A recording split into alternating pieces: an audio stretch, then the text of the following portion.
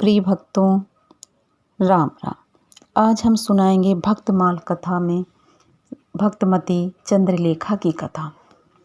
जैसा कि भक्तमाल कथाओं में बहुत सारी भक्तों की सच्ची कथाएं दी हुई हैं, उसी भक्तमाल कथा से आज हम आपको एक सुंदर सी कथा भक्तमती चंद्रलेखा की सुना रहे हैं, जो कि एक सच्ची घटना है, जो कि आज से कम ये कथा 200 साल पहले वर्ष की थी। अब हम बता रहे हैं, कथा सुनाने जा रहे हैं भक्तमती चंद्रलेखा की। पश्चिमोत्तर प्रदेश में एक जमींदार के घर चंद्रलेखा का जन्म हुआ था। चंद्रलेखा जब नन्ही सी बालिका थी, तभी उसे देखकर सबका मन उसकी ओर खिंच जाता था। उसकी धीरता, गंभीरता, सौम्य स्वभाव, मधुर स्वभाव, शांत वृत्ति, मुस्कुराती मुखाकृति और सरल हृदय देखकर ऐसा कौन नहीं था जो कि स्नेह के बिना नहीं रह सकता था। कभी कभी बच्चे इतने अच्छे होते हैं, उनके हाव भाव, कि सबका मन उनकी ओर खिंच जाता है। अभी केवल चंद्रलेखा की उम्र 5-6 वर्ष की थी, लेकिन वे सबके लिए खिलौना बनी हुई थी। एक दिन चंद्रलेखा के घर एक साधु आए। चंद्रलेखा के भक्त पिता ने उनका भली बात स्वागत किया। साधु महाराज स्नान करके पूजा करने बैठे। पहले के जब लोग संत महात्मा लोग आते थे, तब लोग गांव में हो या शहर में उनका बड़ा स्वागत सत्कार करते थे, उन्हें अपने घर में भोजन पानी की व्यवस्था करते थे। ऐसा ही चंद्रलेखा के पिताजी ने किया। जो साधु आए थे, उनके पास एक सुंदर सा शालिग्राम का विग्रह था। चंद्रलेखा उनके पास जाकर बैठ गई और भगवान की पूजा देखने लगी। सरल हृदय की बालिका थी चंद्रलेखा। उसके मन में आया, मैं भी इसी प्रकार भगवान की पूजा करूंगी। देखिए, बच्चे जैसे होते देखते वैसा भी उनके मन के अंदर आता है कि मैं भी करूं। तो उनके भी मन में आया, बच्ची थी बाल सुलभ, कि मैं भी भगवान की पूजा करूंगी।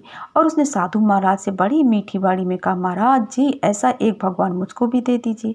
आपकी भांति मैं भी उनकी पूजा करूंगी, नहलाऊंगी, चंदन लगाऊंगी, कपड़े पहनाऊंगी, माला चढ़ाऊंगी, खिलाऊंगी, आरती उतारूंगी और फिर सुलाऊंगी। जब मैं अकेली रहूंगी तब खूब प्यार दुलार करूंगी, जैसे मेरी माँ किया करती है। भाई चंद्रलेखा तो छोटी सी बच्ची थी उस समय, तो शिशु बालिका की भोली बातें सुनकर साधु महाराज बाबा को थोड़ी सी हंसी आ गई, लेकिन उन्होंने देखा कि बच्चे के अंदर श्रद्धा बहुत है। तो उन्होंने एक काला पत्थर उनके पास था, जैसे लोग काला पत्थर पहले दवाइयाँ घोटने उठने के लिए, आयुर्वेदिक के लिए रखते थे, उन्होंने इसे दे दिया चंद्रलेखा को और कहा, यही भगवान है, इनका नाम शिल्पल्ले है। बस अब तो चंद्रलेखा के आनंद का पार न नहीं रहा। वे अपने शिल्पल्ले भगवान को सिर पर रखकर चली गई और आनंद में मतवाली होकर नाचने लगी। साधु महाराज चले गए, परंतु चंद्रलेखा को जो भगवान और उसका मंत्र मिल गया, वे उन्हीं को लेकर मस्त हो गए। पिताजी ने एक सिंहासन बनवा दिया, माता ने पूजा का सामान मंगवा दिया, सुलाने के लिए एक सुंदर पिटारी बनवा दी माँ ने। चंद्रलेखा का भगवत पूजन और शिल्पल्ले मंत्र का जप निरंतर चलने लगा। सब लोग राम कृष्ण शिव का जप करते हैं। उनके गुरुजी यानी जो संत महात्मा उनको दे गए थे, उन्होंने उनका नाम दे दिया शिल्पल्ले। तो अब चंद्रलेखा देखिए, भाव से होता है सब कुछ। उसने मान लिया कि ये जो भी काला पत्थर है शालिग्राम जैसा, वो शिल्पल्ले भगवान है, और वो इसी मंत्र का निरंतर जप करने लगी और भगवान भी इसी मंत्र से खुश होने लगे। माता पिता या पड़ोसी अड़ोसी उसकी पूजा देखकर बड़े प्रसन्न होते, पर चंद्रलेखा किसी की ओर नहीं देखती। मतलब इतना ध्यान लगा था उसका पूजा में कि वो कोई नहीं देखती कौन आ रहा है कौन जा रहा है। लेकिन धीरे धीरे भक्तों, जब हम कोई नाम जप वगैरह करते हैं, जब उसको हम निरंतर करते हैं, तो भगवान हमें अपनी भक्ति देता है। जब चंद्रलेखा निरंतर इस तरह से शिल्पल्ले यानी भाव भगवान का था जाप करने लगी, तो अब उसके अंदर भक्ति प्रकट होने लगी। उसकी आंखों से निरंतर आंसू बहने लगे। काल तो कभी रुकता नहीं, समय रुकता नहीं। देखते देखते चंद्रलेखा की उम्र विवाह की हो गई। पिता ने योग्य वर ढूंढकर संबंध कर दिया, विधि पूर्वक विवाह भी हो गया। अब बहुत सारा दहेज दिया उसके माता पिता ने, और वो पहले जैसा कि पालकी पर बहुएं विदा होती थी बेटियां, तो पालकी पर सवार होकर के अपने प्यारे शिल्पल्ले को, भगवान की पिटारी को सादर पूर्वक उसने भी पालकी पर पधरा लिया, उनको बिठा लिया और ससुराल चली। अब चंद्रलेखा को बात ही बात में ये पता चल गया था, उसका पति हरि विमुख है, उसे भगवान में की कोई भक्ति नहीं है, प्रेम नहीं है, पर इससे उसको बड़ा दुख हुआ। परंतु उसने अपने मन में ये विचार कर लिया कि भगवान मेरी निश्चय ही सहायता करेंगे। इस विश्वास को लेकर वे रोती ससुराल के लिए विदा हो गई। पहले जैसा कि बैलगाड़ी है, कहार पाल के लेके जाते थे, तो सब पहले इस तरह की यात्रा हुआ करती थी। इतने साधन नहीं होते थे पहले, बस वगैरह। तो इसी रास्ते में नदी पड़ती थी। एक गांव के बीच में बारात ठहर गई। बारात रुका दी। दूल्हे के पिता ने कि चलो सब लोग पानी वानी पी लो और थोड़ा सा जलपान कर लो, फिर आराम करके बढ़ेंगे आगे। पालकी भी ठहराई गई।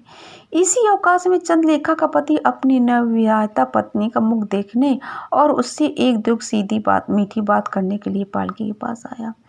चंद्रलेखा के मन में बड़ा क्षोभ था। वे तो अपना तन मन जीवन से भगवान के अर्पण कर चुकी थी। उसने रोते रोते कहा, स्वामिन, मैंने सुना है आपका मेरे श्री हरि के प्रति प्रेम नहीं है। मेरे और आपके सभी सर्वस्व तो श्री हरि है। उनके विमुख होने पर जीव का कभी कल्याण नहीं हो सकता। मैं अब आपसे हाथ जोड़कर प्रार्थना करती हूँ, आप समस्त कल्याण गुणों के भंडार आनंद निकेतन परम प्रीतम मेरे प्रभु से प्रेम करें। आप मेरे प्रभु से प्रेम करेंगे तब मेरा हृदय खिल उठेगा और मैं बड़े चाव से आपके चरणों की सेवा करूंगी। नास्तिक पति के हृदय में पत्नी के वाक्य बाण से बिंद गए। उसने क्रोधित होकर चंद्रलेखा से भगवान की पिटारी छीन ली, जिसमें उसके सिर बल्ले भगवान लेटे थे, उनको छीन करके और नदी के जो नदी तेज प्रवाह में बह रही थी, बीच धारा में उछाल कर फेंक दिया। ये दृश्य देखकर चंद्रलेखा का तो हृदय मानो फट गया। वे ऊंचे स्वर से रोने लगी, कलपने लगी, चिल्लाने लगी। पति तथा बारातियों ने उसे बहुत शांत करने की कोशिश की, परंतु उसका रोना बंद नहीं हुआ। उसकी हृदय की क्या स्थिति थी, इसे कैसे दूसरा समझ सकता है। रोती ही हुए ससुराल पहुंची।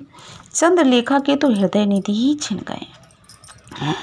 जगत के सारे सुखों का नाश हो जाने पर जिन भगवान को लेकर वह सुखपूर्वक जीवन बिता सकती थी, उनके वियोग में उसकी दशा कैसी हो गई। वह क्यों रो रही है, इस बात को बेचारी ये ससुराल वाली स्त्रियां क्या जाने, क्या वो समझे। उन्होंने सोचा, स्त्रियों ने ससुराल में, कि पहले पहले वो जब ससुराल आती है तब रोया ही करती है, ऐसी ही भी रोती होगी, 2-4 दिन में अपना रो के शांत हो जाएगी। पर चंद्रलेखा का तो रोना दूसरा ही था। उसकी तो हृदय तंत्री तोड़ दी गई है। चंद्रलेखा न सोती है, न खाती है, न किसी से कुछ बोलती है। 8 पहर उसकी आंखों से आंसुओं की धारा बह रही है। आंसुओं के प्रवाह से उसका सारा हृदय वक्ष स्थल भीगा रहता है। उसका स्वर्ण सा मुख मुरझा गया। अब देखिए भाइयों, भक्तों, अब हम लोग भी इस बात को समझें कि जब वो बच्ची 5-6 साल से प्रभु को अपना दिन रात भजन करती सिलपल्ले भगवान का, वो एकदम से उसको इस तरह से कर दिया जाए, फेंक दिया जाए, तो उसकी हृदय की स्थिति क्या होगी। तब फिर उसकी सास ने अपने पुत्र को बुलाकर पूछा, क्या बात है। इस पर उसने कहा, माता जी, और बहू से बड़े दुलार से फुसला कर पूछा कि बताओ चंद्रलेखा, क्या बात है। तो चंद्रलेखा बोली, माँ, मेरा जीवन तो मेरे हृदयनाथ भगवान के हाथ में, उनके मिलने पर ही जीवन रह सकता, अब अन्य कोई उपाय नहीं है। अब जब लोगों ने देखा 5-6 दिन हो गए इस छोटी सी बच्ची ने, जैसे 15-16 साल में शादियाँ हो जाती थी पहले, कुछ खाया पिया नहीं है। अब उन्हें लगा कि अब चंद्रलेखा के प्राण नहीं बचेंगे। तब लोग उसको ले करके उसी नदी के किनारे गए। चंद्रभागा नदी थी वो। चंद्रभागा नदी के किनारे गए और उन्होंने वहाँ पर पे चंद्रलेखा की पालकी रखी। अब उसके पति ने जहाँ ठाकुर जी की पिटारी जल में बहा दिया था, चंद्रलेखा के पति ने कहा, हम लोग यहाँ नदी के तट पर तो आ गए, परंतु पिटारी का पता कैसे चलेगा।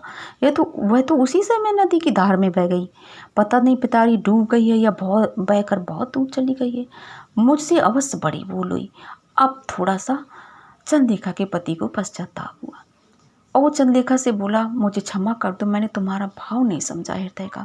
चंद्रलेखा ने कोई उत्तर नहीं दिया और वह बड़े विश्वास के साथ रो रो कर अपने प्रभु से प्रार्थना करने लगी। भगवान भक्त वत्सल हैं, भक्त सर्वस्व हैं। उनसे भक्तों के निष्काम आंसू देखे नहीं जाते। जो उनके लिए व्याकुल होकर एक एक आंसू की बूंद बहा देता, उसके सामने भगवान प्रकट होने में देर नहीं करते। यहाँ तो चंद्रलेखा रोते रोते आंखें फूल गईं चंद्रलेखा की। भगवान अब कैसे रह सकते हैं। अकस्मात नदी में एक तरंग आई, लहर आई और जलराशि को भेद करके सिलपिल्ले भगवान की पिटारी निकली। नदी के बीच से भक्तों बीचों बीच नदी के और तरंग के साथ ही वो उछलकर चंद्रलेखा की गोद में उसके हृदय देश पर आकर चिपट गई। सुनतहि अति आरत बचन करुणा निधि अतुराई, निकसी सरित ते गोद तेहि आ लिपटे हरि थाई। ये देखिए भगवान की भक्त वत्सलता। चंद्रलेखा ने भगवान को उठाकर मस्तक पर धारण किया। सारा कर्ज सदा के लिए बह गया। इस आश्चर्य घटना को भक्तों, उसके पति ने, उसके साथ में आए लोगों ने देखा। सभी का मन बदल गया। सब लोग आश्चर्यचकित रह गए कि जो ये पिटारी हमने भगवान शिल्पी की बाई थी 6 दिन पहले, वो अकस्मात अपने आप बीज धार से कैसे आ गई। अब पति भी भगवान का बहुत ही अच्छा भक्त बन गया और उसको विश्वास हो गया कि ईश्वर है। उसने भगवान से क्षमा मांगी। भगवान ने अपनी भक्ति परायणा चंद्रलेखा की इच्छा अनुसार उसके पति को भी दुर्लभ भक्ति दी। सास ननंद का हृदय भी भक्ति रस से द्रवित हो गया। चंद्रलेखा की भक्ति की बाढ़ ने रेतीले रेगिस्तान को पवित्र प्रेम सुधा से लहरा दिया। सूखा बगीचा लहला उठा। समस्त ससुर कल का उद्धार हो गया। कहने का मतलब ये भक्तों, आज हमें इस कथा से ये शिक्षा मिलती है कि अगर अपने कुल में, अपने घर में एक भी भक्त होता है तो उसकी भक्ति को बढ़ाइए। देखिए एक चंद्रलेखा ने कितने लोगों का उद्धार किया, अपने पति का, अपने ससुर कुल का, कितने लोगों के हृदय बदल दिए, कितने लोगों को भगवान के चरणों में लगा दिया। ये कथा बहुत ही सुंदर कथा है। चंद्रलेखा जी की आगे हम आपको और भी बहुत सारी कथा सुनाते रहेंगे। जय सिया राम।